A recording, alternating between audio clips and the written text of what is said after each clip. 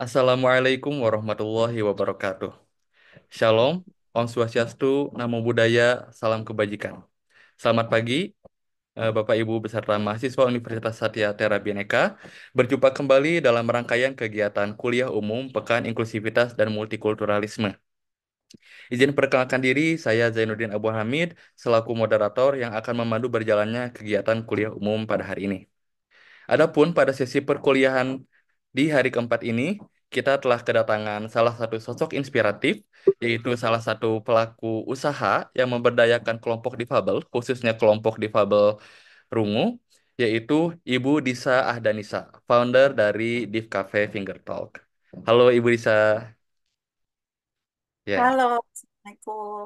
Selamat Waalaikumsalam. siang, ini dari Tokyo. Oh iya. Baik, ya betul ya. Jadi saat ini Ibu sedang apa? Tinggal di Jepang ya Bu ya? Iya, kebetulan saya kuliahnya memang di sini, Pak. Jadi ini sekarang lagi sembari bekerja juga, dan keluarga juga ada di Tokyo. Oh, baik. Oke. Nah, sebelum kita lanjut ke acara, izinkan saya untuk membaca sedikit profil dari Ibu Disa ini sendiri. Jadi, eh, Ibu Disa ini sendiri merupakan salah satu sosok inspiratif yang sangat concern di bidang disabilitas. Dan adapun saat ini, Ibu Disa, sebagaimana tadi sudah disebutkan, memang saat ini sedang tinggal di Jepang karena sedang eh, eh, apa bekerja di Jepang, yaitu tepatnya di Sasakawa Peace Foundation ya Bu ya, sebagai program officer.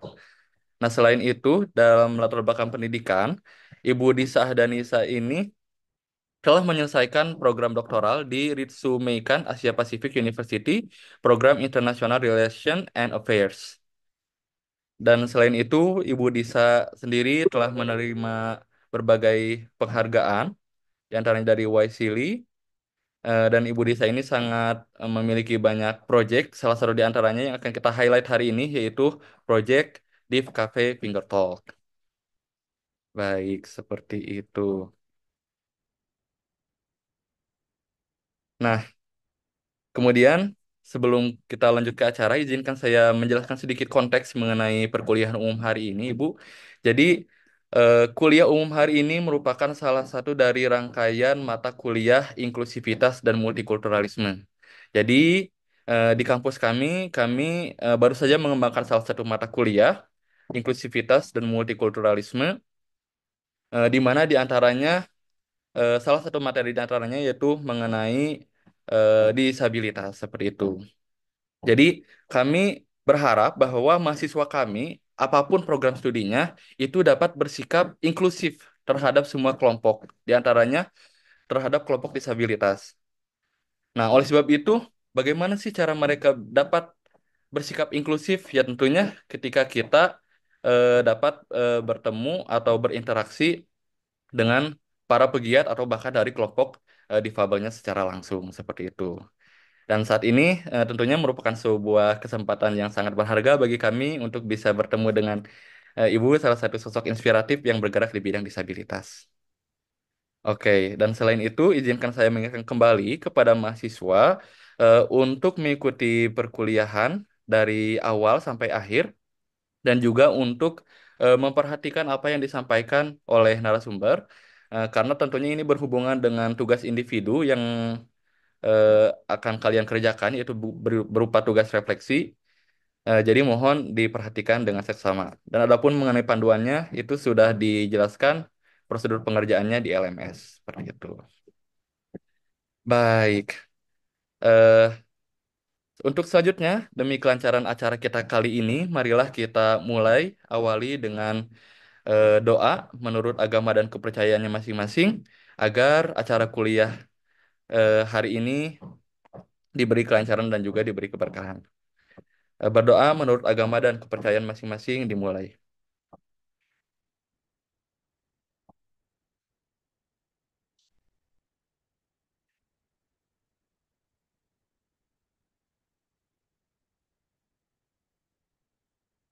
Baik, selesai. Ya, Untuk mempersingkat waktu, marilah kita menuju kepada acara inti, yaitu talk show bersama Ibu Disa Ahdanisa, founder dari Div Cafe Finger Talk. Baik, selamat pagi Ibu Disa. Selamat pagi, Pak. Ya. Nah, Ibu, untuk format kuliah umum kali Mhm. ini, pada dasarnya memang formatnya itu dalam berbentuk talk show, jadi kita akan Oke, berinteraktif. Namun sebelum itu saya ingin memastikan apakah dari Ibu sendiri ada materi atau bahan tayang yang ingin ditampilkan?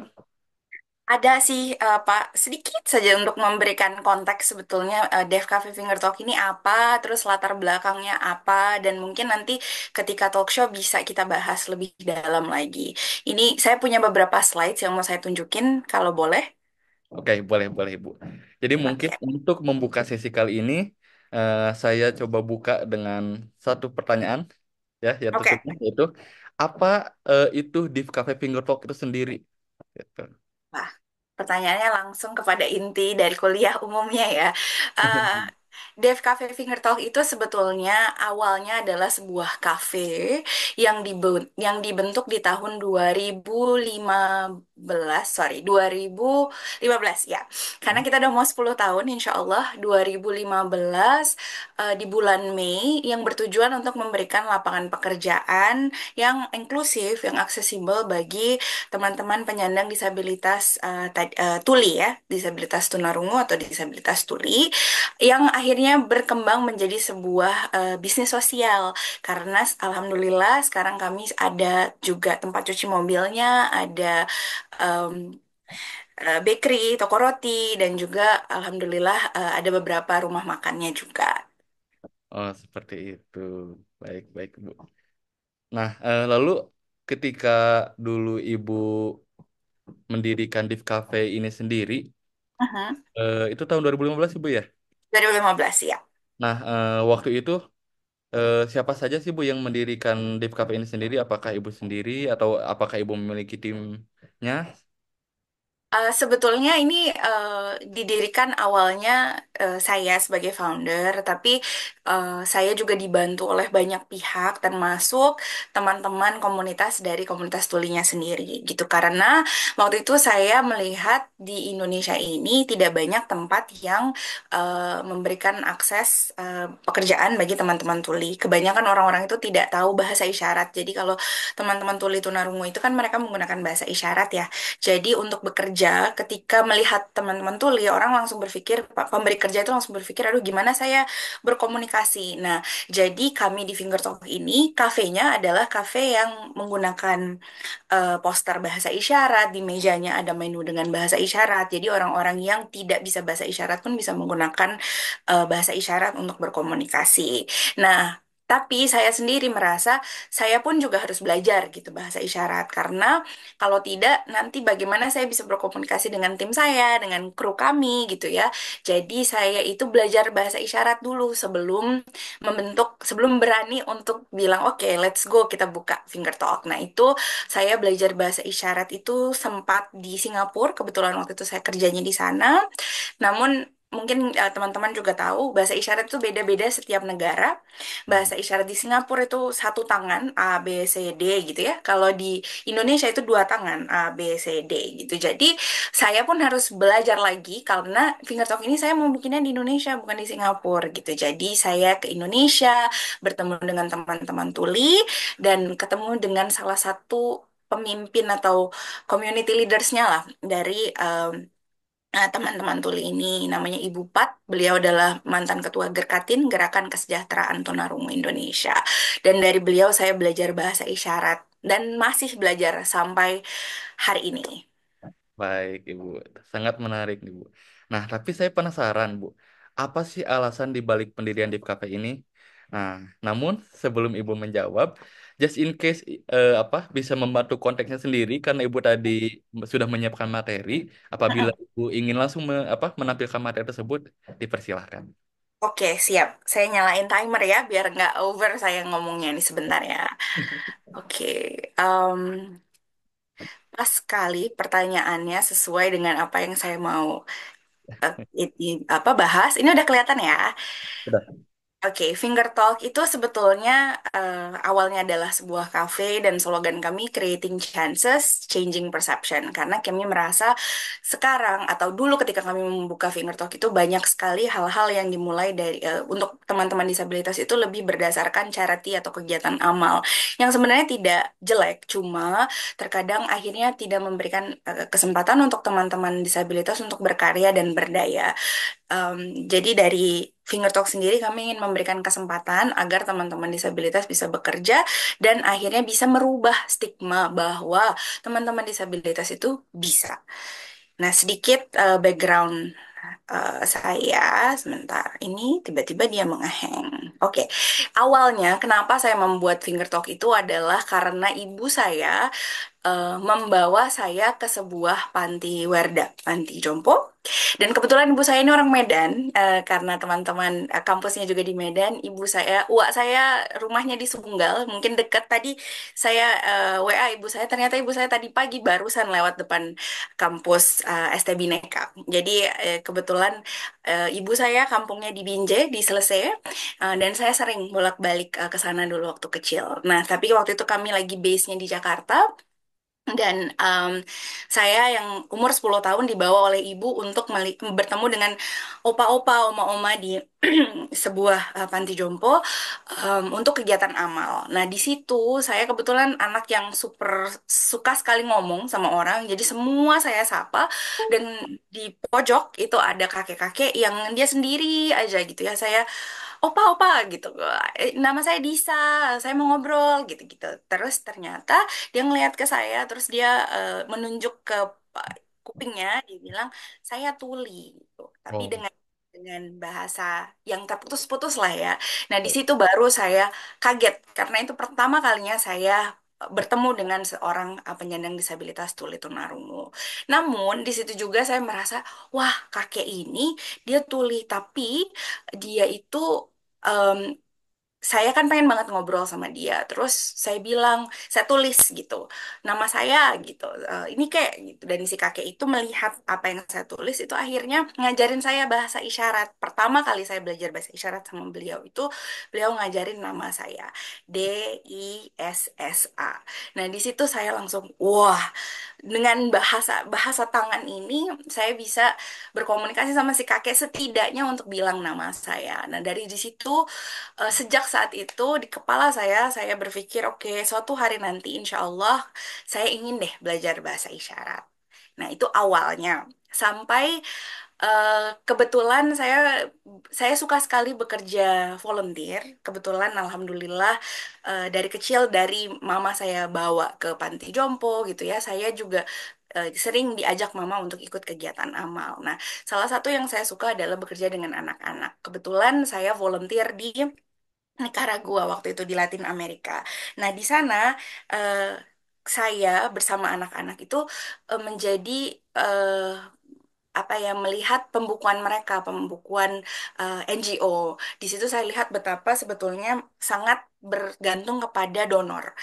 Donor yang perorangan, misalnya satu orang donasi 100-200 dolar. Tetapi ketika donor tersebut, oh maaf ya saya nggak bisa donasi, hari itu kita nggak bisa kasih makan anak-anak yang ada di sekolah kita gitu. Di situ saya berpikir ini kerjaan menyenangkan sekali, bisa memberikan impact yang sangat-sangat baik, tetapi kita sangat rely atau sangat dependent terhadap donasi. Gimana ya caranya supaya kita tidak harus dependent terlalu besar terhadap donasi gitu. Sampai akhirnya saya bertemu suatu sore hari Sabtu saya melihat di Nicaragua ini di kota Granada itu adalah cafe namanya Cafe de las Sonrisas. Nah, cafe ini semua pekerjanya adalah tuli tunarungu. Tapi yang punya kafenya adalah seorang chef dari Spanyol yang adalah orang dengar. Di situ saya baru tahu ada konsep yang namanya social enterprise atau bisnis sosial.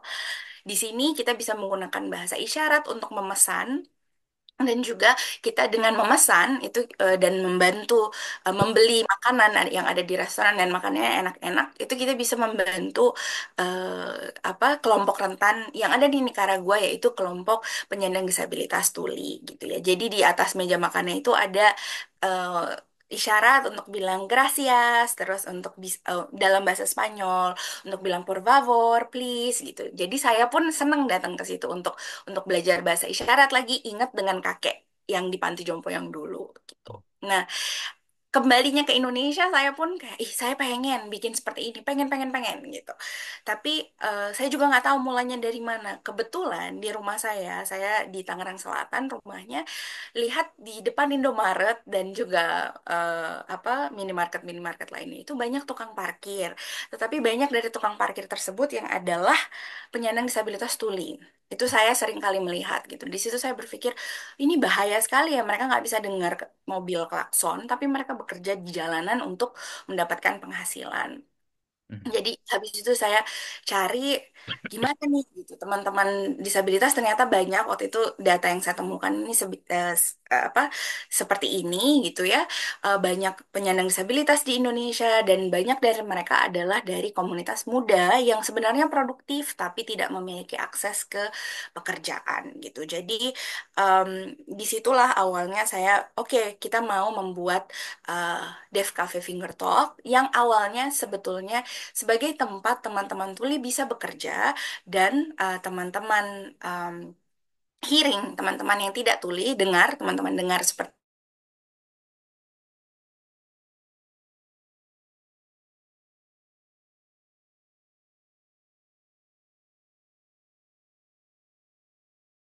Halo Ibu, sepertinya sedikit freezing.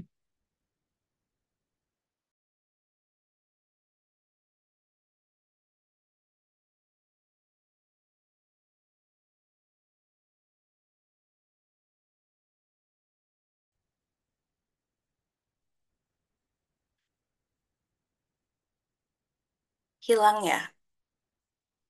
Dua Trans, gimana bisa lah? Apa? Kenapa? Halo Ibu, boleh dilanjutkan Ibu? Mohon maaf. Boleh? Oke, lanjut ya. Oke, sip.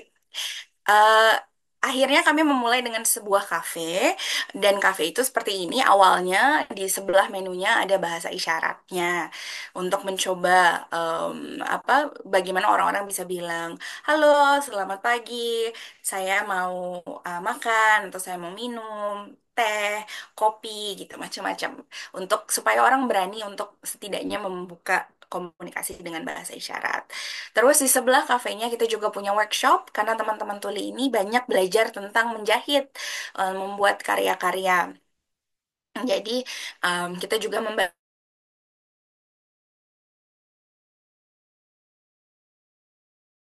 saya juga sadar bahwa paling mudah itu adalah belajar dari orang-orang yang sudah pernah melakukan hal yang serupa. Jadi saya pun kontak lagi itu kafe yang ada di Nicaragua yang saya ketemu waktu saya di Nicaragua itu apa founder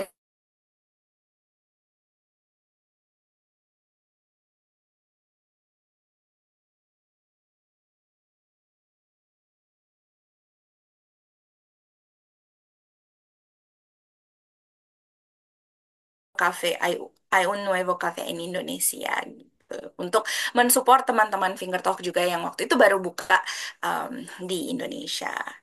Nah, dari situ kami pun ekspansi berusaha karena ternyata satu kafe bisa memberikan lapangan pekerjaan 3 sampai 4 orang, tapi banyak CV-CV yang masuk entah itu lewat Facebook, entah itu lewat DM sosial media atau yang datang langsung ke Finger Talk untuk mendapatkan untuk minta satu kafe dan juga em, apa car wash atau tempat cuci mobil gitu. Nah, pasti ada challenge-nya dan ini mungkin nanti akan yang kita bahas juga dengan lebih lanjut. Cuma beberapa challenge-nya adalah banyak dari teman-teman tuli ini yang tidak sekolah atau malah tidak lulus SD atau tidak sampai kuliah selesai. Jadi em, kemampuan mereka menyerap juga berbeda-beda gitu. Jadi ada yang membutuhkan waktu yang lebih lama untuk training, ada yang membutuhkan waktu yang sebentar. Jadi salah satu cara untuk mensolving ini adalah ketika ada teman baru datang atau kru baru datang, awalnya memang trainingnya dari kami, kru yang hearing dengan bahasa isyarat, ada penerjemah bahasa isyarat. Tapi makin ke sini kami melihat bahwa sebetulnya kru tulinya sudah bisa mentraining anak-anak barunya gitu. Jadi dengan menggunakan bahasa isyarat supaya tidak ada miskomunikasi gitu. Yang kedua, kita sering mendapatkan stigma dan itu masih ada sampai sekarang. Masih ada orang-orang di luar sana yang menganggap bahwa teman-teman disabilitas, terutama ya disabilitas tuli, karena begitu mereka lihat, oh ini orang berisyarat, oh pasti nggak bisa dengar gitu. Itu langsung ada stigma tersendiri. Nah itu yang masih muncul, masih kita sering lihat, masih kita sering dengar. Beberapa customer juga pernah ada yang nanya, kenapa sih Bu kok mempekerjakan orang-orang seperti ini gitu di depan teman-teman tulinya ya, walaupun dengan ngomong gitu ya. Jadi situ saya pun juga kaget loh gitu. Jadi salah satu caranya memang terus-terus menunjukkan lewat action, lewat perbuatan, nggak bisa hanya dengan advokasi. Advokasi sangat bagus dan kita mensupport semua teman-teman yang bekerja di level advokasi karena nggak mungkin kita mengerjakan ini tanpa advokasi. Tapi at the same time advokasi juga harus dibantu dengan concrete actions. Nah, kami merasa mungkin itu porsinya Finger Talk gitu untuk tetap menunjukkan ke masyarakat secara luas bahwa teman-teman tuli itu bisa. Terus membangun kepedean teman-teman juga. Em, Teman-teman tuli ini kebetulan ketika saya masuk juga ke dalam komunitas, mereka juga ada yang curiga gitu. Kenapa sih kamu mau bekerja sama kami? Ada yang mendapatkan pengalaman yang buruk sebelumnya, yang pernah ditipu dengan oleh orang dengar. Jadi ada image orang dengar itu mau ngapain sih ini bikin kafe terus kita nanti gimana gitu. Dan jadi ada itu yang mungkin PR kita bersama ya dan mereka juga ada ketakutan untuk muncul di publik waktu awal-awal gitu jadi kami pun juga itu menjadi PR kita di Finger Talk di ketika misalnya ada media yang datang mereka itu suka awalnya nggak pede untuk muncul padahal media ingin mewawancara mereka jadi saya pun pelan-pelan mengikutkan mereka ke dalam interview saya atau talk show atau liputan gitu jadi sekarang malah teman-teman tuli yang bisa ngomong langsung tanpa ada saya gitu. Nah, kita juga sadar bahwa komunitas tuli itu besar dan tidak hanya di Indonesia tapi juga ada di luar negeri. Jadi kalau ada kesempatan untuk membawa teman-teman tuli dari luar negeri untuk datang, kita ready to support gitu. Salah satunya adalah ini di 2016 ketika ada program exchange dari teman-teman tuli eh, AS Amerika Serikat yang datang ke Finger Talk gitu dan ini memang dua bahasa isyarat yang berbeda ya ini teman-teman lihat di sini ada penerjemah bahasa isyarat Amerika ini penerjemah bahasa isyarat Indonesia ini Surya Sahya tapi waktu itu Surya masih di Indonesia. Dan ini saya lihat tanpa penerjemah pun teman-teman tuli itu somewhat gitu mereka bisa berkomunikasi karena mereka memang native language-nya adalah sign language gitu. Kita juga banyak anak-anak yang suka datang ke Finger Talk dengan papa mamanya. Kita berusaha untuk supaya anak-anak ini mendapatkan exposure, bertemu dan menggunakan bahasa isyarat dengan teman-teman tuli. Alhamdulillah ke belakang kita juga dipercaya untuk melakukan beberapa proyek. Salah satunya adalah proyek yang mengasah skill teman-teman tuli untuk membuat kerajinan tangan atau mengasah skill menjahit mereka untuk membuat boneka. Nah, bonekanya ini berdasarkan satwa-satwa langka Indonesia yang kita sebarkan ke 600 anak-anak di Indonesia di 6 pulau di Indonesia. Kenapa? Karena kita ingin menunjukkan kepada anak-anak bukan hanya dari sisi inklusi, tapi juga dari sisi environment conservation gitu. Jadi kita juga cerita sama anak-anak, hey ini yang membuat bonekanya adalah teman-teman tuli loh gitu. Jadi teman-teman tulinya pun ikut ke dalam roadshow itu untuk cerita juga bahwa dengan bahasa isyarat ya gitu, jangan tebang pohon gitu atau harus sayang sama gajah gitu misalnya. Jadi anak-anak juga mendapatkan pengalaman secara langsung berinteraksi dengan teman-teman tuli. Satu lagi project yang kami rintis dan masih berlangsung sampai sekarang adalah Banua Memberata. Kami sadar bahwa akses untuk teman-teman disabilitas itu terbatas. Dan kami kan di Jakarta dan sekitarnya ya, Jabodetabek, apalagi yang di daerah luar Pulau Jawa. Nah, kami bertemu dengan teman-teman tuli di Poso, Sulawesi Tengah, untuk membuat sebuah community hub bernama Banua Memberata. Alhamdulillah, Banua Memberata juga masih aktif sampai sekarang. Uh, but not all are happy stories. Kami juga terdampak sekali ketika COVID. Kami harus tutup. Tapi ya kami harus tutup mungkin 6 bulan pertama COVID karena Depok itu adalah titik nolnya COVID waktu itu. Jadi kita betul-betul harus tutup dan alhamdulillah kita mulai pelan-pelan dari cuci mobil, dan kita juga mendapatkan grant dari salah satu BUMN di Indonesia untuk revitalize atau nge-revive lagi bakery kita, alhamdulillah. Dan sekarang alhamdulillah bakerynya sudah jalan dan kita juga sudah punya beberapa tempat baru untuk kafenya. What do we learn? Inclusion happens when we were all working together. Benar-benar tidak bisa hanya Finger Talk sendirian. Finger Talk juga mendapatkan grant, mendapatkan bantuan. Customer kami juga, alhamdulillah banyak customer yang datang lagi gitu ya, yang mereka memang setia, repeat customer gitu.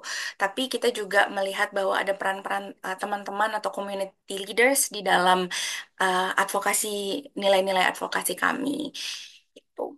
Dan kita merasa siapapun yang datang ke kafe kita itu bisa menjadi bagian dari inklusi dari the moment mereka masuk ke kafe gitu. Walaupun mereka mungkin, oh aku nggak bisa bahasa isyarat gitu, tapi em, apa kru kita juga sudah kita ajarin juga training untuk baca bibir ya. Kalau teman-teman nggak bisa bahasa isyarat, mereka bisa baca apa apa yang diomongin pelan-pelan gitu. Jadi kita betul-betul mencoba memfasilitasi inklusi dari level individu gitu yang masuk, yang datang ke Finger Talk sendiri. Itu.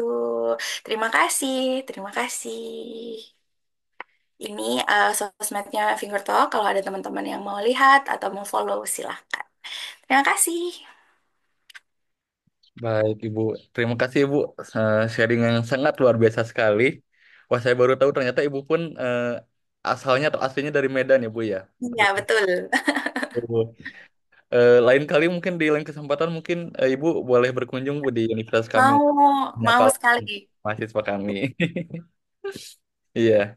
Nah, tapi Ibu, kalau misalkan saya lihat ya Bu ya dari sesi sharing Ibu tadi, yang sangat menarik bagi saya itu dari project apapun yang Ibu lakukan, Ibu itu sangat concern untuk membangun apa ya, jembatan gitu, to bridge the gap antara kelompok non disabilitas dengan kelompok disabilitas gitu. Karena ternyata dari kedua belah pihak itu sendiri masing-masing memiliki stigma seperti itu gitu, di mana ya, apa dari kelompok non disabilitas sendiri apa ada stigma misalkan mereka ya tidak berdaya gitu kan, perlu bantuan dan sebagainya, sehingga sampai ada tadi ya pertanyaan ngapain sih gitu memperkerjakan mereka gitu. Tapi yang saya tidak sangka itu ternyata dari kelompok disabilitas sendiri pun memiliki stigma tersendiri gitu kepada kelompok apa kepada kelompok ya non disabilitas gitu kan.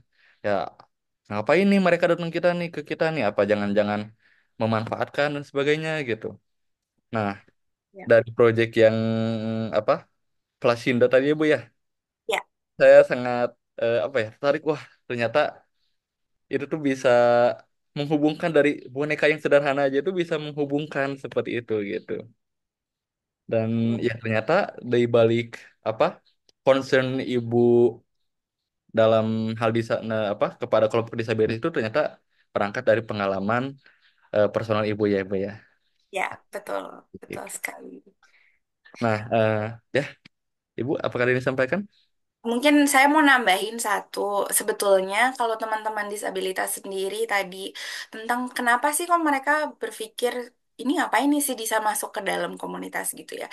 Karena memang mungkin ini salah satu PR kita untuk melihat ke dalam, masih ada perundungan-perundungan yang mereka mereka alami ketika di sekolah, ketika ketika di luar gitu ya, ketika mereka di masyarakat memang masih sampai detik ini pun masyarakat kita mungkin belum belum apa ya belum bisa paham inklusi secara keseluruhan. Jadi saya rasa cukup cukup wajar kalau mereka punya ada kecurigaan, apalagi kalau itu berdasarkan pengalaman personal ya. Ada yang pernah ditipu oleh orang dengar gitu karena duitnya diambil aja katanya mau dikasih kerja gitu. Jadi saya pun pas dengar ya Allah sampai sampai segitunya padahal saya pun juga masih belajar dan saya juga bahasa isyarat saya juga terbatas-batas ya.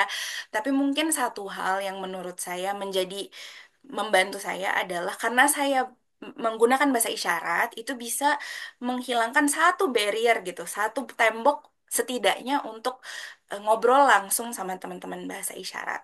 Walaupun teman-teman tulis saya pun bisa bilang nih si Disa bahasa isyaratnya sebenarnya campur-campur juga karena saya belajar di Singapura bahasa isyaratnya apa, ketika dulu sempat mendapatkan kesempatan untuk program 6 minggu di YSEALI itu di Amerika belajar bahasa isyarat Amerika yang mirip dengan Singapura. Jadi ketika ngomong sama teman-teman Indonesia sukalah campur-campur gitu. Cuma eh, karena saya menggunakan bahasa isyarat gitu, jadi lebih mudah berkomunikasi, apalagi dengan apa ya gesture, facial expression itu bahasa isyarat akan lebih mudah untuk dipahami. Jadi itu salah satu yang saya rasa mungkin menjadi salah satu kunci gitu ya. Finger talk ini kita yang orang dengarnya berusaha untuk belajar bahasa isyarat bersama dengan teman-teman tuli sebagai usaha untuk bridging the gap itu tadi gitu. Baik, Ibu sangat menarik Ibu. Dan saya sendiri sangat setuju ya Bu ya. Memang apa ya, perundungan itu masih ada sayangnya kayak gitu gitu. Bahkan saya sendiri melihat trennya itu to some point, bahkan perundungan terhadap kelompok disabilitas itu cenderung meningkat Bu. Karena Hmm. saya lihat tren dark jokes ya Bu, mohon maaf, Ah iya betul. tren gitu dipopulerkan oleh salah satu komika gitu. Yang disayangkannya itu komika tersebut ya bukan kelompok disabel kayak gitu. Ya, Nah, jadi betul betul. nah, sangat disayangkan dan mudah-mudahan dengan adanya Div Cafe atau gerakan-gerakan lainnya yang bisa menjembatani antara kelompok difabel dan kelompok non-difabel itu bisa apa ya, mengurangi hal-hal tersebut seperti itu. Amin amin amin amin amin. Nah, untuk selanjutnya Ibu, jadi kan Ibu walaupun sekarang saat ini berkedudukan di Jepang, tapi untuk Div Cafe ini tetap berjalan ya Bu ya? Tetap berjalan, alhamdulillah. Kita ada tim yang juga dari awal. Saya juga kebetulan bersama Mama juga kan menjalankan ini gitu. Jadi apa? Mama juga hands on di cafe dan alhamdulillah kita juga punya dua tempat baru yang fokus di em, cafe.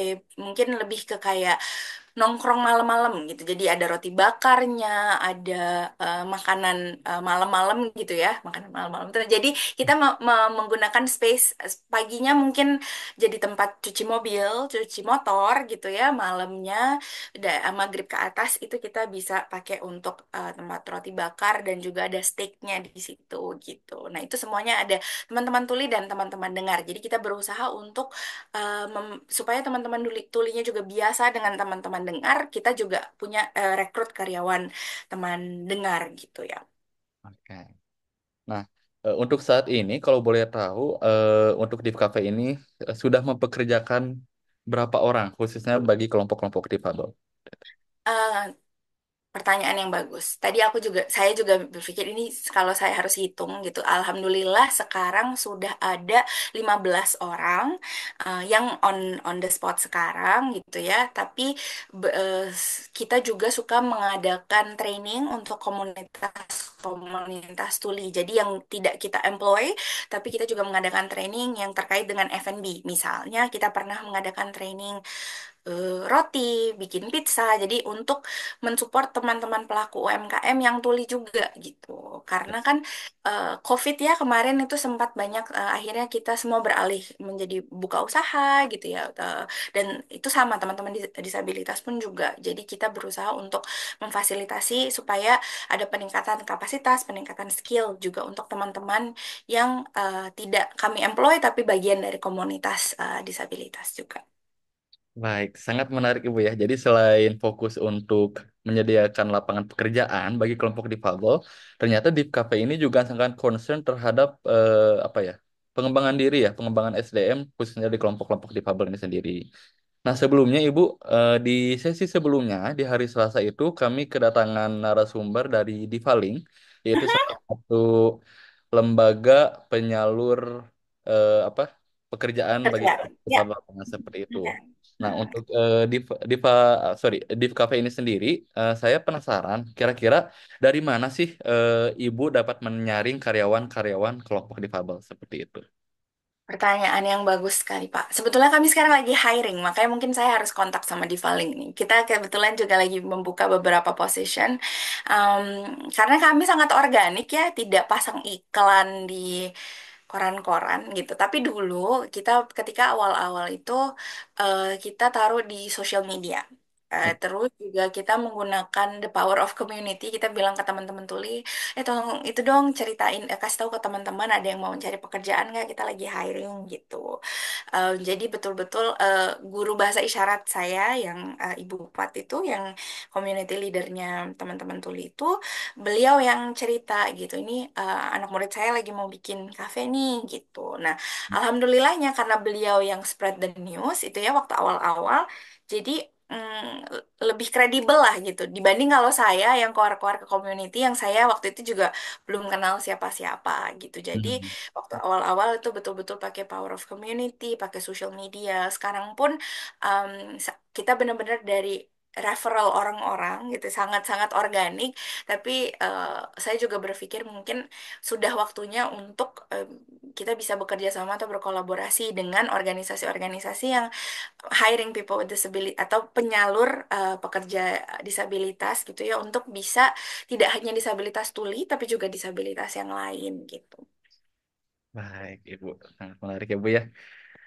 Eh, nah, sebetulnya masih banyak pertanyaan yang ingin saya ajukan. Nah, tapi sambil run-through, mungkin saya ingin memberikan kesempatan kepada mahasiswa apabila ada yang ingin ditanyakan kepada narasumber kita kali ini, bisa di-raise hand atau mengirimkan pertanyaan melalui kolom chat. Seperti itu. Ini sudah ada, Ibu. Dari Silahkan, eh, Mas Syafan Citepu. Oke. Ya, silakan.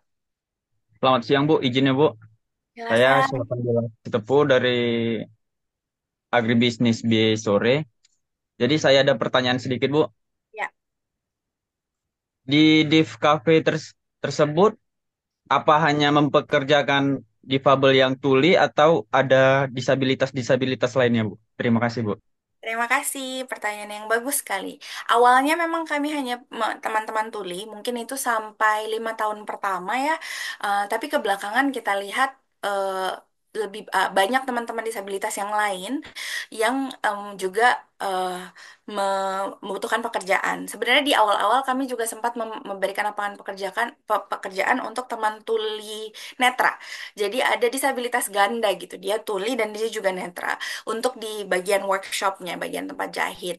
Nah, belakangan sekarang kita juga ada disabilitas daksa, jadi yang punya disabilitas dalam bergerak, agak kesulitan dalam bergerak gitu ya. Kita juga sempat ada teman disabilitas tunagrahita atau yang memiliki disabilitas ini learning development apa ya, disabilitas mental gitu juga ada. Jadi kita sebetulnya tidak bilang oh hanya tuli, enggak, tapi kebetulan karena di awal ketika kita mulai itu kita reach out-nya ke komunitas tuli, banyak dari teman-teman disabilitas yang tuli. Tapi sekarang kita sudah untuk teman-teman disabilitas apa aja. Bagaimana? Apakah sudah terjawab? Sudah Pak. Baik, terima kasih pertanyaannya. Untuk selanjutnya, ada pertanyaan Ibu dari Elsa Daisam. Baik, silahkan. Selamat pagi, Bu. Saya ingin bertanya, Bu.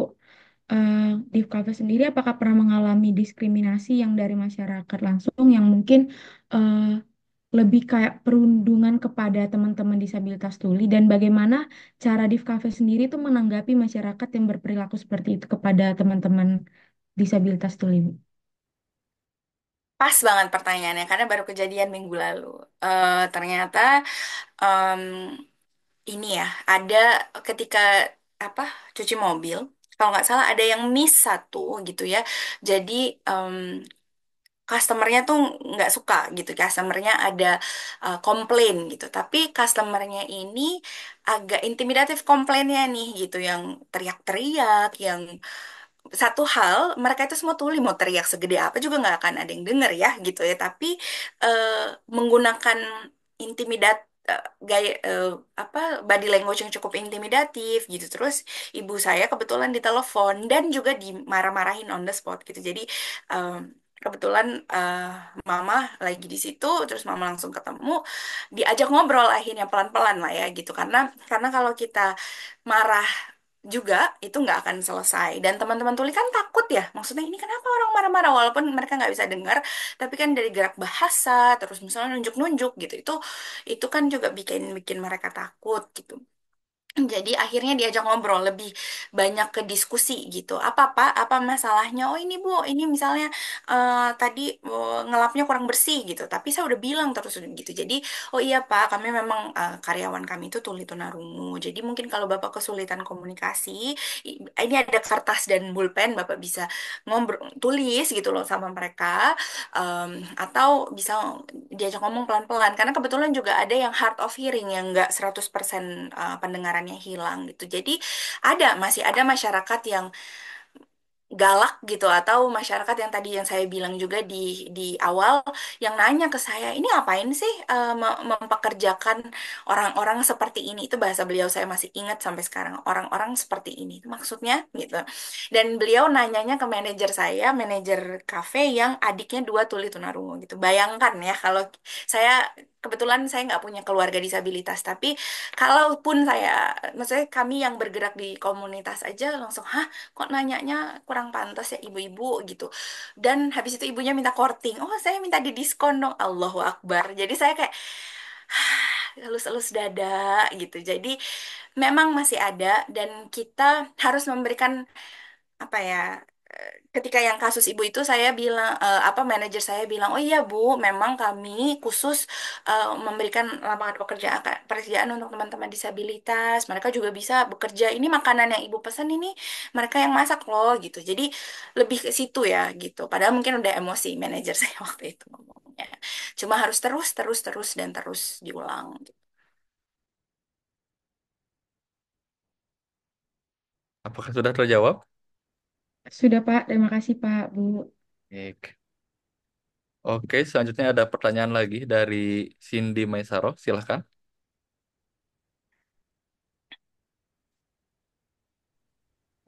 Ya Oke, kan.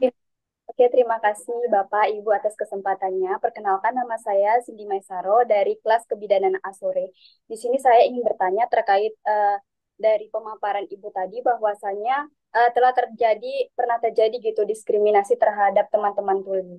Nah, yang jadi pertanyaan saya adalah Ibu pernah tidak kepikiran gitu untuk nanti ke depannya untuk memberikan ataupun hmm, kepada teman-teman tuli ini alat pendengaran gitu Bu untuk mereka gitu. Jadi kayak mereka tuh bekerjanya lebih enak lagi gitu. Terima kasih Bu. Sama-sama, terima kasih. Oh, memang ini ya, mahasiswi kebidanan langsung nanyanya dari sisi kesehatannya. Em, saya sebetulnya ini saya juga masih belajar ya dari sisi disabilitas gitu. Saya juga kebetulan kemarin kuliahnya juga itu, dan mungkin kadang kita sebagai yang orang dengar gitu, eh, salah satu bentuk cara yang mudah mungkin menurut kita adalah oke, kasih aja alat dengar gitu. Mereka bisa langsung, mungkin mereka bisa mendengar apa yang kita omongin. Tapi ternyata pernah ada yang menawarkan bantuan. Jadi sebuah perusahaan, oke kita bantu ya, bantu kita kasih alat. Semua penyandang disabilitas waktu itu Jabodetabek dikumpulkan, secara simbolis memberikan alat bantu dengar gitu. Terus alat kaki palsu, terus braille gitu. Nah, untuk yang alat bantu dengar ini memang foto-foto cekrek-cekrek gitu selesai dan dikasih, alhamdulillah dikasih. Namun ternyata kalau saya tanya teman-teman itu tuh tidak tidak cukup efektif buat mereka. Entah kualitas alat bantu dengarnya atau bukan, saya nggak tahu. Tapi memang teman-teman disabilitas ini apa tingkat pendengaran, tingkat kehilangan dengarnya itu kan berbeda-beda. Jadi ada yang masih mungkin bisa dibantu alat bantu dengar, tapi tidak semua bisa kita generalisir. Kalau teman-teman tuli itu dikasih alat bantu dengar langsung bisa dengar gitu. Kadang alat bantu dengar itu hanya membantu meminimalisir noise yang di belakang. Itu yang saya dengar dari mereka ya kebetulan. Jadi hanya membantu meminimalisir noise, background noise-nya, tapi tidak membantu menjelaskan apa ini sih bisa ngomong apa gitu. Jadi menurut saya, dan saya juga pernah diskusi sama teman-teman tuli. Jadi yang paling mudah apa sebetulnya? Karena mereka adalah native speakernya bahasa isyarat, bahasa ibu mereka adalah bahasa isyarat, paling mudah adalah kita yang orang dengar berusaha belajar bahasa isyarat untuk mengakomodir kebutuhan mereka gitu. Dibanding kita meminta mereka untuk diakomodir dengan alat bantu, mungkin yang mudah adalah kita yang majority untuk belajar bahasa isyarat supaya memudahkan komunikasi dengan mereka gitu. Kata mereka ini feedback dari mereka gitu. Baik, bagaimana? Apakah sudah terjawab? Sudah Bapak, terima kasih Pak, terima kasih Ibu. Terima kasih. Sama-sama. Nah, untuk selanjutnya ada pertanyaan yang sudah masuk ke kolom chat, Ibu. Ada dua Ya, pertanyaan. Pertama dari Feby Margareta dari program studi kebidanan. ya, Saya mau nanya, Bu, bila teman-teman disabilitas yang tidak bisa berkomunikasi dengan bahasa isyarat tangan maupun bibir, bagaimana caranya, Bu, untuk berkomunikasi? Nah, seperti itu. Nah, kan tadi Ibu sudah menjelaskan ada disabilitas ganda ya, Bu, ya. Nah, ya. bagaimana ketika case-nya itu disabilitas tunawicara dan juga mungkin disabilitas fisik dengan keadaan tangannya? Itu Ya, seperti oke, kalau kebetulan setiap teman-teman disabilitas ini saya juga masih belajar lagi, kebutuhannya beda-beda dan memang ada untuk teman-teman yang belum tahu kita ini punya Undang-Undang Disabilitas 2000 Undang-Undang Nomor 8 tahun 2016. Nah, kebetulan Indonesia juga menjadi salah satu negara yang menandatangani konvensi harapan. CRPD ya, Convention of Rights of Persons with Disability itu di tahun 2011 kita menandatangininya gitu. Kebetulan ini materi saya kuliah dulu, jadi saya pun eh, untuk memberikan konteks saya pun nggak ada basic sekolah disabilitasnya. Jadi saya S1-nya accounting, S2-nya finance accounting. Jadi saya belajar bahasa isyarat, saya belajar tentang disabilitas dari teman-teman tuli di komunitas, belajar isyarat dari Finger Talk, dan ketika S3 kemarin saya ambilnya memang International Relations tapi tentang human rights untuk teman-teman disabilitas. Nah, Em, dan teman-teman disabilitas ini yang ada juga di Undang-Undang Disabilitas itu punya akses ke reasonable accommodation. Jadi kita setiap disabilitas itu memiliki level atau needs untuk akomodasi yang berbeda-beda. Nah, kalau untuk disabilitas ganda seperti netra dan tuli itu ada yang namanya tactile. Jadi mereka pegang tangan kita gitu. Ini pun saya juga belajar. Jadi mereka sudah terbiasa dengan isyarat, walaupun mereka nggak bisa lihat ya. Jadi kita isyarat, mereka pegang tangan kita gini. Gitu. Jadi ketika saya di Finger Talk ada yang disabilitas ganda itu, saya mau ngomong sama beliau, itu tangan beliau saya taruh di tangan saya gini. Saya mau bilang, atau kalau mau saya tulis kan biasanya teman-teman tuli itu bisa finger spell atau mengeja dengan jari ya, bisa kayak tadi saya DISSA. Nah, kalau dia netra dan tuli, dia nggak bisa lihat dan dia nggak bisa dengar. Jadi saya pakai tangan dia, saya ambil, saya tulis DI gitu, SSA atau di tangannya di sini gitu. Itu pun saya lihat teman-teman tuli berkomunikasi dengan baik gitu dengan beliau. Nah, kalau untuk teman-teman yang nggak bisa, yang tidak ada, yang tidak tahu bahasa isyarat, karena banyak juga tuli yang tidak sekolah, jadi dia tidak memiliki akses ke belajar Bisindo, bahasa isyarat Indonesia, atau bahasa isyarat apapun. Jadi bahasa bahasa dia itu lebih ke bahasa ibu. Jadi di rumahnya itu berkomunikasinya dengan bahasa yang diciptakan sendiri oleh keluarganya. Jadi yang tahu cara berkomunikasi hanya dia dan ibunya gitu ya. Itu ada gitu. Dan kebetulan tadi yang saya cerita tentang manajer saya yang adiknya dua tuli itu, beliau ini manajer saya ini dari sebuah desa terpencil di Jawa Timur, di Madura malah gitu ya, yang sekolah SLB itu jauh dan mahal. Jadi ibunya punya anak tujuh, dua tuli. Ibunya berpikir, ya susah ini menyekolahkan yang dua ini, mahal, jauh. Lebih baik saya sekolahkan yang eh, dengar gitu. Which is menurut saya kita sebagai orang luar ya tidak berhak untuk menjudge karena mungkin pasti challenge-nya beda-beda gitu. Nah, tapi akhirnya berdampaknya adalah anak ini tidak tahu bahasa isyarat karena ya berkomunikasi dengan ibunya gitu. Cuma abangnya, kakaknya aja yang paham cara dia ngobrol gitu. Nah, akhirnya beliau pernah datang, dia jadi salah satu kru kami di Finger Talk gitu, dan memang awal-awal agak sulit berkomunikasi dengan sesama teman-teman tuli. Tapi akhirnya teman-teman tuli yang ngajarin bahasa isyarat ke dia gitu, dan sekarang sudah jago sekali bahasa isyaratnya. Kemarin saya sampai pas ngobrol lagi sama dia itu saya yang sampai nggak bisa keep up sama dia karena dia cepet kan gitu, karena memang itu sudah natural insting dia ya gitu, karena dia tuli dan dia sering menggunakan jari jemarinya gitu. Terus teman-teman tuli juga bisa baca bibir walaupun tidak 100% ya. Em, Sulit juga sebenarnya baca bibir itu. Jadi saya kalau berkomunikasi dengan teman-teman tuli daerah gitu ya, mungkin bahasa isyarat di daerah kan juga ada yang beberapa yang berbeda. Saya sambil ngomong gitu, sambil dibuka mulutnya, sambil berisyarat gitu. Jadi dan juga pelan-pelan gitu. Mungkin itu menjawab, cukup menjawab. Ya, bagaimana dari Feby? Apakah sudah cukup menjawab? Ya, Sudah, Pak, Bu. baik. Terima kasih Feby untuk pertanyaannya. Untuk selanjutnya, ada yang resen dan yang sudah resen ya. Jadi mungkin yang kolom chat nanti saya tanyakan. Silahkan kepada Ezra.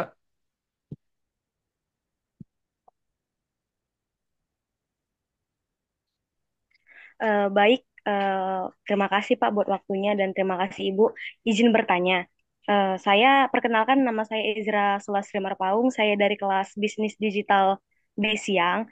Nah, tadi kan Ibu ada menyinggung mengenai customer yang melakukan diskriminatif kepada eh, pekerja yang teman-teman yang tuli.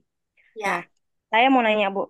Mereka kan biarpun tidak ngerti, biarpun customernya marah-marah, dia kan nggak ngerti. Tapi dia paham dari body language-nya bahwasannya dia melakukan kesalahan. Nah, dari Ibu pribadi, gimana cara menyampaikan bahwasannya yang dilakukannya itu salah dan tidak diulanginya lagi, tapi tidak menyinggung kesehatan mental gitu kan, Bu. Karena setahu saya bagi teman-teman yang disabilitas biasanya itu lebih sensitif apabila kita berbicara menyinggung tentang kelebihan mereka. Begitu, Oh, Bu. Terima kasih, Bu. kelebihan tuh maksudnya disabilitas mereka gitu ya. Iya, Bu. Saya kembali, pertanyaannya bagus sekali, terima kasih. Saya kembali lagi ke bahasa isyarat itu tadi gitu ya. Alhamdulillahnya, karena saya memulai Finger Talk juga saya belajar bahasa isyarat. Terus sekarang juga tim kami yang dengar ini juga belajar bahasa isyarat gitu. Jadi semua komunikasi kami ke kru itu langsung. Jadi nggak ada interpreter yang saya. Jadi sebenarnya saya mau ngomong gini loh, terus nanti interpreternya yang interpret gitu nggak ada. Saya langsung gitu dengan segala keterbatasan saya. Tapi jadi kalau em, ada case seperti itu dan kebetulan kemarin itu ibu saya dan ibu saya jadi pinter juga bahasa isyarat ya, mama jadi pinter juga. Itu akhirnya eh, bilang gitu tadi, misalnya tadi bapak itu oh marah-marah tuh kenapa gitu, jadi kita jelaskan runut. Em, Kayak mungkin kamu cucinya kurang bersih gitu. Nah kalau nggak tahu bahasa isyaratnya, mamah itu suka sekali mengeja, jadi misalnya bersih, BERSIH gitu ya, itu nggak apa-apa, emang mungkin agak sedikit lebih lama gitu, tapi kita make sure ini benar gitu. Nah, terus kita tanya gitu, gimana? Terus dia bilang, oh tadi aku tuh sebetulnya, misalnya dia bilang, saya tuh apa sebetulnya bukan lupa gitu, tapi saya seharusnya si ini yang ngerjain, tapi dianya nggak ada gitu. Jadi misalnya ada miskomunikasi gitu. Jadi kita selalu ada diskusi begitu dengan teman-teman tuli di tengah hari kerja pun, misalnya lagi nggak ada orderan gitu, lagi nggak ada mobil, kita juga suka nanya gimana kamu eh, hari ini gitu ya. Seperti komunikasi biasa kalau seperti kita kayak gini. Jadi pelan-pelan dirunut dengan sesimpel mungkin gitu, karena kembali lagi tadi teman-teman tulinya juga kan level pendidikan mereka berbeda-beda, jadi bahasa yang kita gunakan juga tidak boleh terlalu sulit gitu. Mungkin bahasa yang kita sering pakai yang menurut kita umum gitu ya, misalnya buat mereka buat mereka itu apa gitu, kayak contohnya ini di luar cerita customer saya gitu. Saya sering mengobrol dengan penerjemah bahasa isyarat yang teman-teman suka lihat di TV itu, yang di kalau berita itu penerjemah bahasa isyarat itu kan harus menerjemahkan dari bahasa berita yang kadang sulit sekali, harus diterjemahkan ke dalam konsep yang cukup simpel, karena teman-teman tuli ini em, level understanding bahasa isyaratnya juga berbeda-beda. Contoh satu yang beliau pernah cerita adalah berita tentang penebangan pohon atau eh, penebangan pohon liar dan reboisasi gitu. Jadi mungkin buat kita, oh tinggal ditulis aja REBOISASI, reboisasi gitu misalnya. Tapi buat teman-teman tuli baca, hah reboisasi apa gitu? Apa itu? Jadi si penerjemah isyarat ini bilang, oh akhirnya saya bilang, potong, hilang, tanam lagi pohonnya gitu. Jadi mereka benar-benar harus menyederhanakan konsep, dan itu saya ingat banget.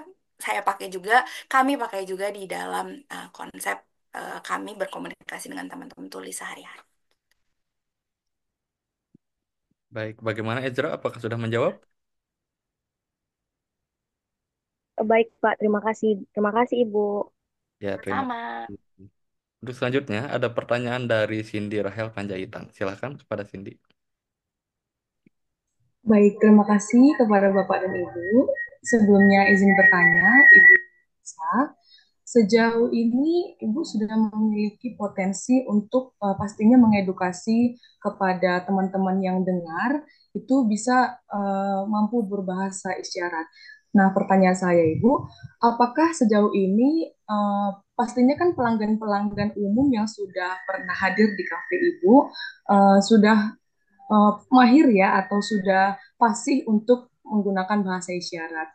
Nah, apakah ada dampak ataupun kan Ibu kan membawa organisasi ya, organisasi penyandang difabel untuk bergabung atau open recruitment dalam kafe yang Ibu buka. Nah, apakah pelanggan-pelanggan Ibu sudah ada membawa dampak yang lebih besar uh, yang dapat membantu untuk meningkatkan luas ataupun relasi daripada penyandang difabel yang Ibu rekrutmen gitu. Mungkin demikian dari pertanyaan saya. Terima kasih. Terima kasih. Eh, ada beberapa dari dari customer kami yang mereka itu akhirnya belajar bahasa isyarat secara formal. Karena kan awalnya mungkin di Fingertalk itu mereka dapat exposure pertama nih, dan kita juga tidak menyediakan kelas bahasa isyarat sih sebetulnya, karena mungkin kita dan karena kita merasa itu bukan bidang keahlian kita gitu ya. Dan belajar bahasa kan sesuatu yang berbeda, yang mungkin harus lebih serius, harus lebih konteksnya lebih holistik gitu. Jadi suka banyak pelanggan-pelanggan yang, oh saya mau bawa anak saya gitu, awalnya akhirnya anaknya dibawa, anaknya suka, terus Mbak di mana sih kalau aku mau belajar bahasa isyarat secara secara formal gitu. Terus akhirnya kami coba konekkan dengan kelas-kelas bahasa isyarat yang alhamdulillah sekarang sudah mulai banyak gitu. Jadi ada sisi-sisi advokasi yang seperti itu. Terus juga misalnya ada beberapa customer yang mereka dari kantornya itu membutuhkan narasumber tuli gitu, misalnya kita konekkan dengan community leaders teman-teman tuli juga. Jadi kami juga merasakan Alhamdulillah Fingertalk ini bisa jalan karena ada komunitas teman-teman tuli juga yang beberapa kali suka dateng, yang sampai sekarang pun masih menjadi eh, mentor-mentor saya lah gitu. Jadi kalau misalnya ada kesempatan untuk mereka, kami juga apa sharing gitu ya. Ada juga pernah beberapa saya kebetulan kuliahnya kan di Jepang. Ada adik-adik kelas saya datang dari Jepang gitu.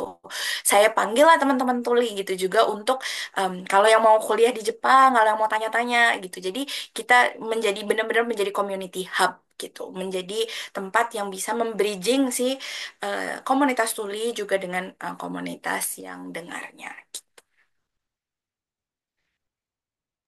Baik, terima kasih atas jawaban yang sudah dipaparkan. Terima kasih Bapak, Ibu.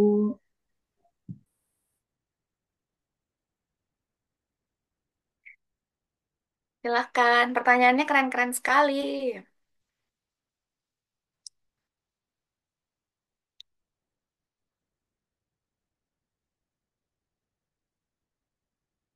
Silahkan Mbak Ripka.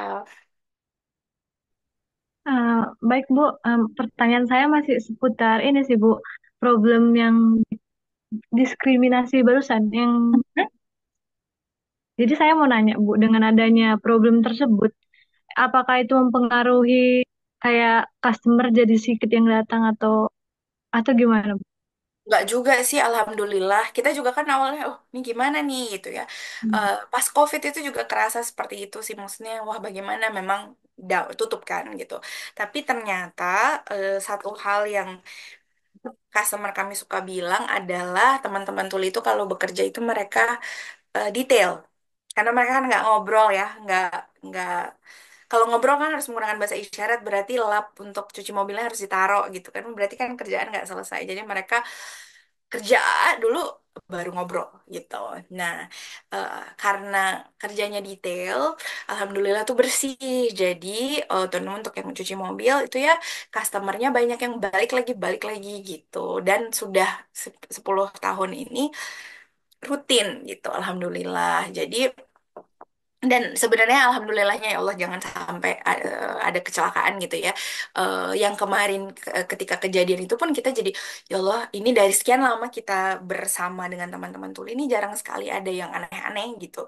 Makanya ketika ada customer yang marah gitu kan makanya teman-teman tuli juga kayak "Nah, apa dong apa yang harus aku lakukan gitu. Jadi alhamdulillah untuk menjawab pertanyaan Mbak Ripka tadi nggak ada pengurangan penurunan customer sih gitu karena sudah ada orang-orang udah ada repeat customer yang sering datang tapi untuk kedepannya kita juga ingin mendapatkan customer-customer baru ya gitu jadi misalnya ada kritik dan saran itu kita juga pasti eh, tampung kok gitu bukan kita kita juga dengerin customer kita kok gitu. Makasih ya Bu atas jawabannya. Mas, Sama-sama. Ibu ini masih ada pertanyaan dari kolom chat, dua Hmm, pertanyaan. Pertama dari Salwa. Eh, ya. Selamat siang, Ibu. Izin bertanya bagaimana pengalaman Ibu yang paling menyedihkan ketika membuat lapangan kerja bagi teman-teman difabel dan bagaimana cara Ibu mengatasi stigma dan diskriminasi yang mungkin teman-teman alami bagi teman difabel. Apa ya? Kalau cerita diskriminasi yang tadi sih gitu ya. Cuma mungkin em, saya mau flip sedikit ini karena kan tadi kita ngomongin diskriminasi, kita ngomongin perundungan, kita ngomongin yang sedih-sedih. Nah, ini awalnya ceritanya sedih, tapi kita coba flip eh kita ketika saya ke Poso kan kebetulan tadi saya cerita juga tentang Banua Memberata. Mungkin teman-teman ada yang pernah ke Poso, ada yang pernah dengar gitu ya. Poso juga marak dulu ada konflik gitu ya, daerah yang terkenal dengan teroris gitu misalnya. Ada stigma-stigma tentang daerah itu dan saya juga sering ditanya, "Kenapa Poso dari semua tempat di Indonesia gitu, kenapa Poso?" Nah, kebetulan ketika saya itu pernah di-approach oleh salah seorang kayak pemuda, pemuda lokal dari Poso, kami sama-sama ikut program di Amerika. Dia dengar dengan tentang apa yang saya ceritakan di Finger Talk, terus dia bilang, "Dis, coba bikin juga di Poso dong," gitu. Saya kira dia bercanda. Begitu kami balik dari Amerika, saya dikirimin video, dia pergi ke komunitas tuli dan dia tidak bisa bahasa isyarat sama sekali kakak ini. Jadi dia pakai pakai kertas gambar A3 itu dia tulis nama saya ini saya punya teman namanya Disa dia bekerja dengan teman-teman tuli kalau teman-teman mau teman-teman mau nggak kita bikin seperti itu gitu. Jadi dia diskusi, dia tulis, terus ditunjukin ini gitu, terus dijawab gitu. Dan saya dikirimin videonya langsung lah, saya pikir, oh saya mau ketemu gitu dengan komunitas tuli. Kami ke Poso. Di Poso mereka cerita ternyata ketika konflik, teman-teman di Poso itu kan, teman-teman tuli itu ada yang Kristen, ada yang Islam. Dan ketika konflik itu kan memang s- sempat rame ya gitu. Maksudnya misalnya ada masjid yang dibakar, ada gereja yang dirusak gitu. Mereka yang Islam dan Kristen, teman-teman tuli ini, mereka nggak punya akses ke informasi karena dengar radio nggak bisa, apa nonton TV juga nggak bisa dengar gitu. Jadi aksesnya hanya keluarga mereka aja dan keluarga mereka yang mungkin satu agama gitu ya. Nah, tapi di dalam komunitas tuli ini, karena mereka punya teman-teman yang dari agama yang berbeda, mereka itu saling ngasih tahu lewat SMS, di sebelah sana masjidnya ini lagi dibakar, kamu hati-hati, jangan lewat sana gitu. Atau di sebelah sini gerejanya ini kemarin dibarikade, jangan lewat situ, hati-hati gitu. Jadi di situ saya setiap cerita saya selalu merinding. Di situ teman-teman tuli itu mengajarkan saya bahwa toleransi itu memang sudah ada di dalam komunitas mereka gitu. Dan kita harusnya belajar dari mereka gitu. Dan mereka yang terdampak paling besar ketika ketika konflik ya, karena ketika konflik, habis konflik gitu ya, pembangunan di Poso kan juga terhambat. Mereka tidak punya pekerjaan gitu. Em, kalau kita bilang yang tidak disabilitas saja susah cari pekerjaan, apalagi yang disabilitas. Ini disabilitas tuli pula gitu ya. Jadi disitulah saya akhirnya bersama dengan kakak yang tadi itu tergerak untuk membuat Banua Membrata gitu. Karena di Poso ini kita melihat teman-teman tuli justru toleransinya paling tinggi, justru nilai-nilai harmoni dan keberagamannya itu yang mereka tunjukkan, dan kita orang-orang dengarnya harus belajar dari situ. Gitu. Baik, terima kasih Ibu dari jawabannya sangat luar biasa sekali Ibu ya. Jadi sekali lagi again dari berbagai perjalanan Ibu ya, amal kebaikan Ibu yang Ibu lakukan bersama teman-teman difabel itu pasti selalu ada aja bridge the gap kayak gitu. Entah itu dari antara kelompok difabel dan non difabel, atau bahkan di kasus apa ya, di kasus Poso ini antara Ya. ya kelompok dengan berbeda agama seperti itu. Jadi bagaimana ya? Eh, Kami sih sangat menantikan Ibu, andaikan Ibu nanti suatu saat pulang ke Indonesia, kami sangat nantikan untuk datang ke universitas kami seperti itu gitu.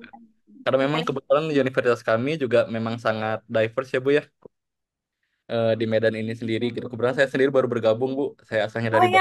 Bandung, ya. Oh. Dari sini kemudian saya apa datang ke Medan, saya sendiri cukup amazed Bu di universitas ini, di mana di universitas kami itu terdapat 4 bangunan rumah ibadah, Ibu.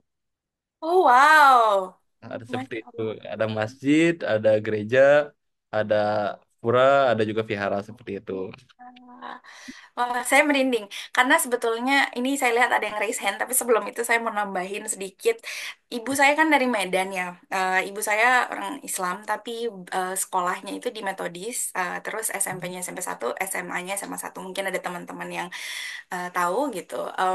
Jadi besar di sekolah Kristen SD-nya Mama itu, dan beliau selalu cerita tentang rumah beliau di Medan itu yang tetangganya Chinese, di kiri orang India gitu misalnya ya, di depan gitu yang mereka Natalan gitu, dan Mama itu selalu cerita, dan saya tumbuh dengan cerita-cerita itu gitu. Jadi mungkin di kepala saya, kenapa sih kok bikin finger talk? Kenapa sih dengan cerita Poso kok jadi tergerak gitu? Karena saya besar dengan cerita-cerita bahwa sebenarnya harmoni itu bisa kok gitu. Kita toleransi itu ada, bisa kok di pojok Indonesia yang mana itu bisa kok gitu kan. Mungkin kita di Pulau Jawa, karena saya juga di Jakarta besarnya itu ya, kita sudah terlalu heterogen sekali, kadang kita tidak ngomongin ini gitu, dan kita mungkin juga sudah sibuk dengan kesibukan kita masing-masing gitu. Nah, jadi saya kembali mengingat cerita Mama juga waktu di Medan gitu. Jadi Medan itu mempunyai tempat spesial sebenarnya buat saya, yang tumbuh menjadi, ya insya Allah mudah-mudahan menjadi diri yang cukup apa ya, interest dengan inklusi dan juga keberagaman. Amin. Hmm. Baik, Bu. Memang sebetulnya waktunya terbatas, tapi eh, saya berikan kesempatan untuk satu pertanyaan lagi kepada Ayu Basari untuk mempertanyakan menyampaikan pertanyaannya secara singkat saja. Terima kasih, Pak. Terima kasih, Bu, untuk kesempatannya. Di sini saya ingin bertanya tentang pengalaman saya bersama penyandang disabilitas. Saya pernah mengalami, eh, orang yang di kampung saya mengalami disabilitas tunanetra, Bu. Nah, Ya, terus dia mau nyebrang nih, Bu. ya. Terus saya tolong, dia malah marah sama saya, Bu. Bagaimana ya saya sebagai bagaimana ya kita sebagai masyarakat menyikapi hal tersebut, Bu? Gitu. Terima kasih, Bu. Terima kasih sekali Ayu pertanyaannya. Pertanyaan yang bagus. Karena kita pun juga tidak, kita juga gimana nih enaknya ya gitu ya, kayak kalau orang tua kita lihat orang tuli gitu ya, mereka dengar apa enggak terus berisyarat, kita mau ini gimana gitu. Jadi mungkin kalau untuk teman-teman netra ketika mereka menyeberang gitu misalnya, eh kalau di Jepang, saya kebetulan kan sekarang tinggal di Jepang, dan di Jepang ini cukup cukup baik akomodasi untuk penyandang disabilitasnya. Sangat baik malah. Karena di jalan-jalan ada ini apa sih, seperti blok-blok yang untuk penyandang disabilitas netra. Jadi mereka pakai tongkat mereka aja, mereka udah bisa jalan sendiri gitu. Nah, kadang kita juga mau bantuin tapi kita takut menyinggung. Jadi kalau di Jepang ini saya diajarin untuk tanya gitu. Permisi, butuh bantuan kah gitu. Permisi, mau duduk nggak gitu. Karena kan misalnya kereta nih contohnya, terus ada kursi kosong. Kalau kita orang lihat kan langsung aja masuk duduk di situ. Tapi kalau mereka netra, mereka nggak tahu di situ ada kursi kosong. Jadi kita bilang, misi Bu, mau duduk, ini ada kursi kosong. Mereka kadang, oh enggak, saya bentar lagi turun. Oh ya oke, pintu keluarnya sebelah situ gitu. Nah itu em, jadi mungkin memanusiakan mereka juga ya in a way. Cuma memang saya mikir kalau misalnya itu sudah danger, maksudnya bahaya. Misalnya di jalan dia mau nyebrang tapi dia nggak lihat ada mobil gitu. Nah itu menurut saya sih, siapapun itu mau dia netra atau enggak, mungkin kita harus bantu. Tapi kalau itu masih jalanannya juga masih lowong, mungkin dia bisa jalan sendiri, paling bagus sebenarnya kita tanya, ini sih Bu mau dibantu gitu, atau karena kan kita juga takut menyinggung dia gitu. Ini sih kalau di Jepang kayak gitu ininya caranya. Baik, Ayu, apakah sudah cukup? Terima kasih, Pak, Bu. Dapat dimengerti. Ya, terima kasih. Terima kasih. Baik, Ibu. Sebetulnya sesi hari ini sangat menarik, Ibu. Sampai anak-anak sangat antusias sekali mengajukan pertanyaan. Tapi mohon maaf karena keterbatasan waktu, jadi harus kita akhiri sampai sini. Tapi sebelum itu, apakah ada closing statement dari Ibu? Khususnya bagi mahasiswa kami? Oke, saya sebetulnya sangat impress sekali, sangat senang dengan pertanyaan yang teman-teman tadi berikan. Saya melihat dan merasakan sekali bahwa banyak teman-teman yang tertarik untuk belajar lebih lanjut tentang inklusi, dan saya pun juga masih belajar sampai sekarang. Jadi mungkin saran saya, kalau teman-teman ada yang di dekatnya ada komunitas disabilitas, ada komunitas tuli tunarungu, atau teman-teman interest untuk belajar bahasa isyarat, coba aja gitu. Karena mereka, teman-teman komunitas disabilitas pun sebenarnya senang kalau kita bisa datang dan bisa eh, apa ya, membantu. Walaupun mungkin kita, aku kan nggak punya apa-apa, tapi teman-teman bisa volunteer waktunya, bisa berbagi apa ya, bisa berbagi keahlian teman-teman gitu ya. Karena sebetulnya inklusi itu betul-betul dimulai dari diri kita dan dimulai dari komunitas terdekat kita. Semangat teman-teman semua. Sampai ketemu nanti di Medan. Sampai ketemu Ibu, ditunggu ya. Baik. Nah, terima kasih Ibu untuk sharingnya. Sebelum kita tutup, ada penyerahan sertifikat secara virtual.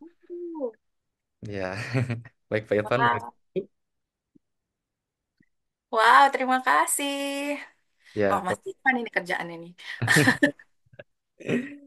ya, baik. Kalau begitu, eh, saya Kasih. screenshot ya Bu ya. Boleh. Oke, sebentar. Lihat satu, dua, tiga. Alright. Terima kasih. Nanti di-share ya, Pak. Boleh Screenshot. Bu, nanti akan saya emailkan ya Bu ya untuk ininya. Siap. Ya. Untuk selanjutnya, sesi foto bersama, Ibu. Ya, silahkan kepada anak-anak untuk menyalakan kameranya. Sebelum itu, Bu, apakah ada salam atau pose khusus, Bu, dari Div Cafe ini sendiri? Ada Apa ya? Oh, kalau jadi finger talk itu kan panjang ya tulisannya finger talk itu FINGERTALK nggak? itu panjang. Jadi kita isyarat kita tuh gini. Karena senyum ya gitu dan Oh, ini huruf F dalam ASL gitu. Finger talk. nah, oke. Bukan Boleh, oke oke. teman-teman boleh ditiru. Oke, siapkan senyum terbaiknya. Mana posenya? Oke, saya Oke, satu. saya bantu ambilkan fotonya ya. Terima Kita kasih. ada 6 slide. Jadi silakan untuk apa namanya Terus. untuk ya. Satu, dua, tiga. Slide satu sudah. Satu, dua, tiga. Berikutnya. Satu, dua, tiga. Oke. Berikutnya. Satu, dua, tiga. Bentar. Satu, dua, tiga. Oke. Berikutnya satu, dua, tiga. Terakhir satu, dua, tiga. Oke, sip. Terima kasih. Ini terima kasih teman-teman. Kalau nanti ada teman-teman tuli bisa bilang terima kasih. Ini sama-sama. Oke. Terima kasih. Sama-sama. Baik, terima kasih Ibu untuk kesempatannya. Sangat sesi yang sangat luar biasa sekali. Suatu kehormatan bagi kami bisa mengundang Ibu di acara program kali ini. Mohon maaf atas segala kekurangannya. Sesi perkuliahan umum kali ini saya akhiri. Terima kasih. Wassalamualaikum warahmatullahi wabarakatuh. Selamat siang semuanya. Terima kasih semuanya. Sampai jumpa. Sehat-sehat. Terima kasih.